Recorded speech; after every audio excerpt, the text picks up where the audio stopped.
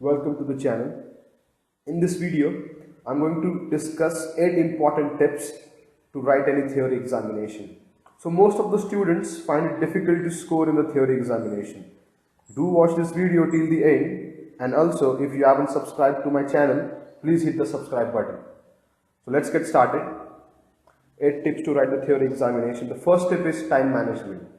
So you see most of the universities have this two types of trends, that is the end sem exam is of 70 or 80 marks or it is of full 100 marks. So 70 or 80 mark question paper is actually given 2 to 2.5 hours and you need to attempt 6 to 7 questions. The total number of questions in this paper are 12 or 14, and out of these 12 or 14 questions you need to attempt 6 or 7 questions. And if it is a 100 mark question paper, then you are given 3 to 3.5 hours, and if you are giving any drawing related subject, then it is given 4 hours and you need to solve 10 to 12 questions. So in case of a 70 or 80 mark question paper, the first 3 units are given 20 to 25 marks and the last 2 units are given 45 to 50 marks. The first 3 are given weightage in the in-sem examination in case of 70-30 pattern. So if it is a 100 mark question paper, then each of the 6 units are given 16 to 17 marks.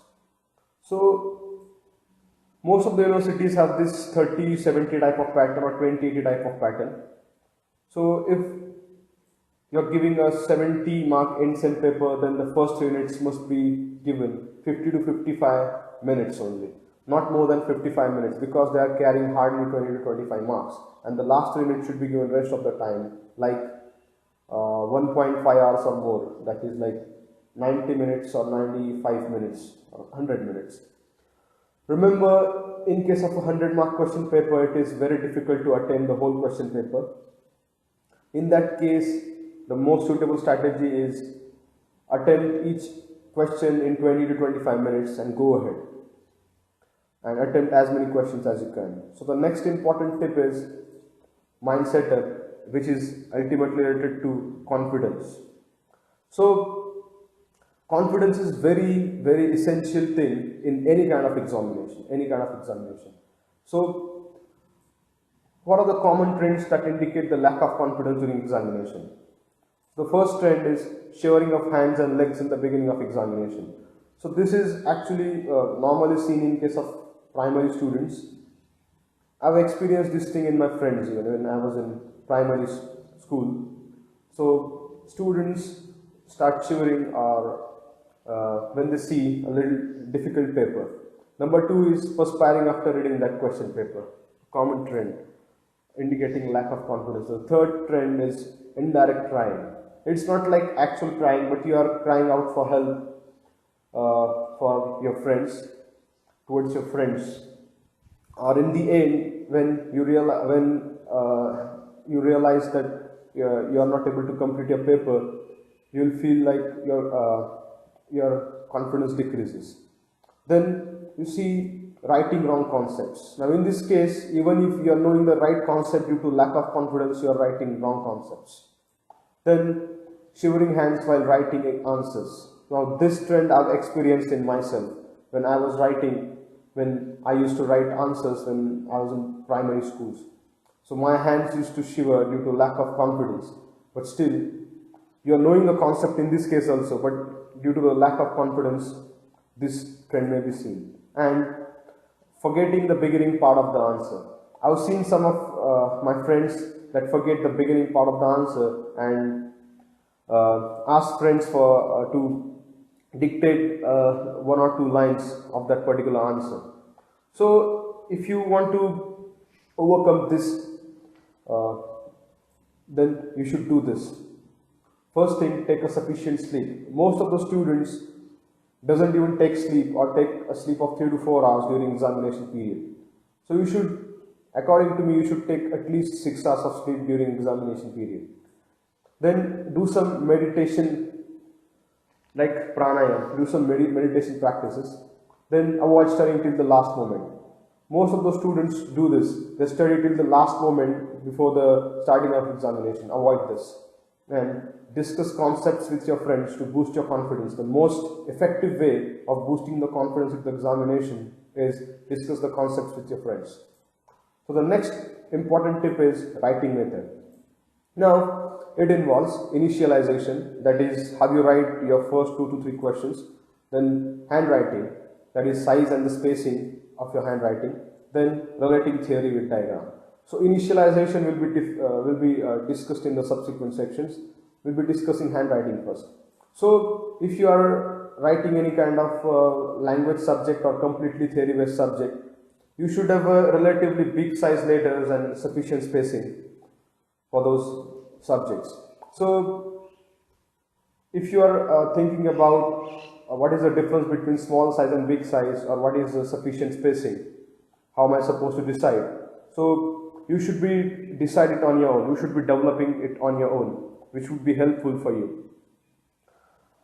And if you're giving a numerical based subject, then the theory we write in between those steps, it should have a small size, but spacing should be large in between these, and the numerals or the numericals that you're going to write should be relatively larger in size. Now when you're talking about the next thing, that is relating theory with practice, with theory with the diagram, most students fail to relate theory with diagram. They write what they by-hearted. They by-heart theory and they draw the diagram, but they don't know that it could be the case that there is no relationship between the theory they have written and the diagram they have drawn. Otherwise, sometimes students draw very small diagrams indicating that the diagram is very less important. So try to draw the diagram properly at the center, indicating proper labels. Let's try to see the trends, the trend which is expected in the exam and students do. So this is expected in the examination. The diagram at the center, and you see the description at the top and the bottom, and well-labeled diagram in the center. And what some of the students do is they draw the diagram to the extreme left or extreme right of the examination paper, and description is everywhere around that particular diagram block. So this is most of the books have this type of trend. Author have this trend to save the paper, but in the examination I'll prefer to draw a big centralized diagram and description at the top and above, at the top and the bottom. So let's see the next important tip, which I call as ambidextrousness. Now this is kind of weird. You may be thinking as a weird that why do I require ambidextrousness? Why do I require both of my hands acting together when I'm giving an examination? So most of the topper students have this secret, that is ambidextrousness. That is both of the hands are energized equally when they are writing the examination. So if you want to work with both of your hands, then you should do some of the following practices to get used to it. So start writing and drawing with both of your hands. Practice writing with your non-dominant hand for a long period of time to get used to it. Write zigzag with that non-dominant hand. Try brushing teeth with your opposite hands.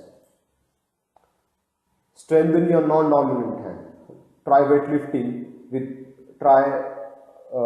different weightlifting strategy with the non-dominant hand. These are very simple practices which can be tried for 2 to 3 months and you will get amazing results. Also on the internet, on the Google, you will get a number of strategies to become ambidextrous.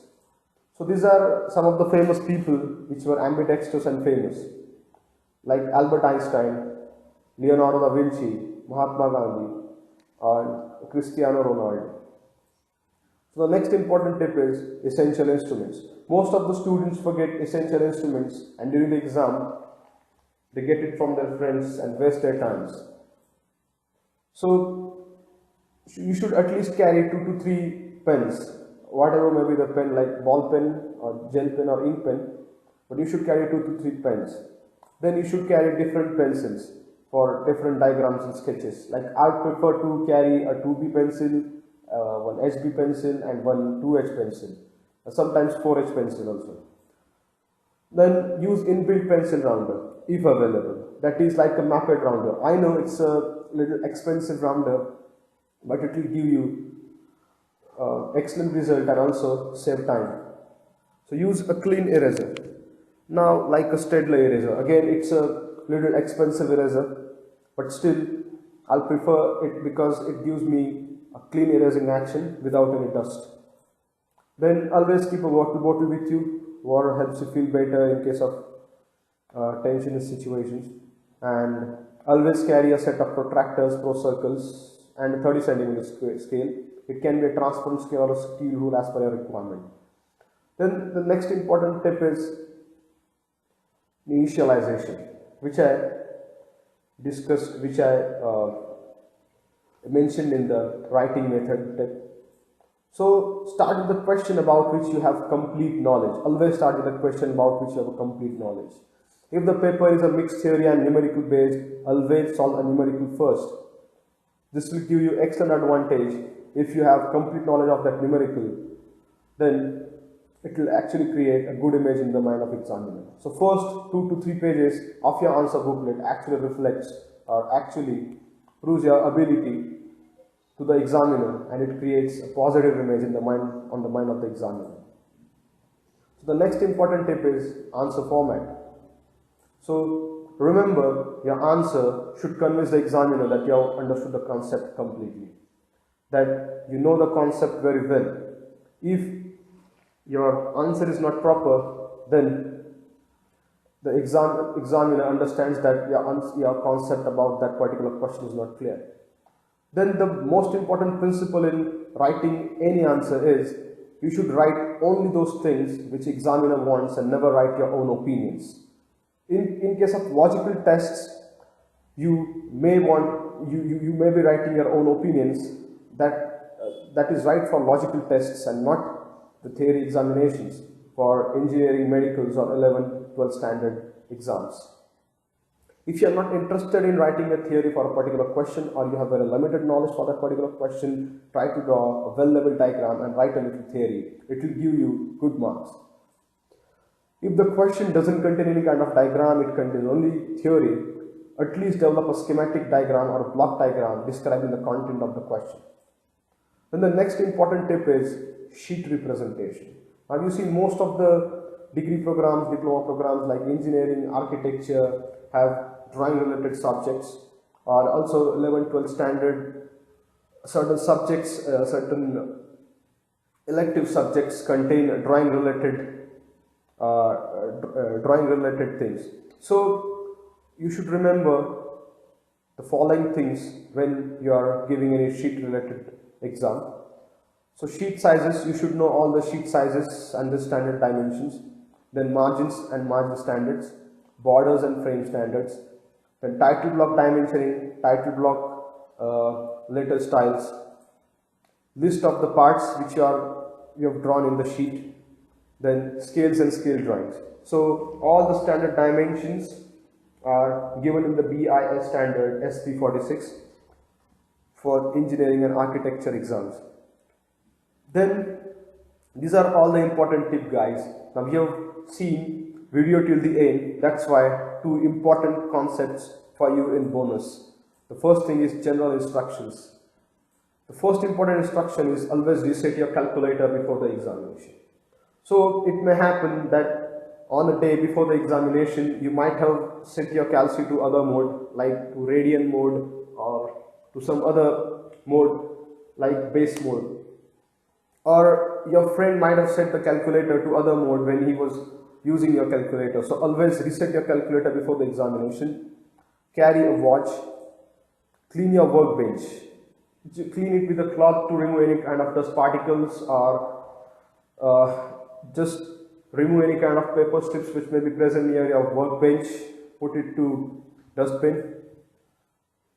Clean your instruments before any examination. All the instruments which I mentioned earlier, like your scales, like your pencils, your rubbers. Keep your water bottle away from your workbench, away from your answer sheet. It may deteriorate your hall ticket or your answer sheet when you're drinking it in between. And the last and most important concept, self-development. So After successful implementation and using of the above tips for 2 to 3 examinations, you'll be able to develop your own tricks and methods. And that's what toppers do, guys. That's what toppers do. For example, developing a conceptual block diagram on your own in the examination, simplifying a complex diagram from the reference books for quick understanding of the examiner and also you or your friend, relating a particular question to another question in the same question paper and getting important relations or data. So these are the important tips, guys. Thanks for watching the video, and if you haven't subscribed my channel, please hit the subscribe button. Thanks for watching.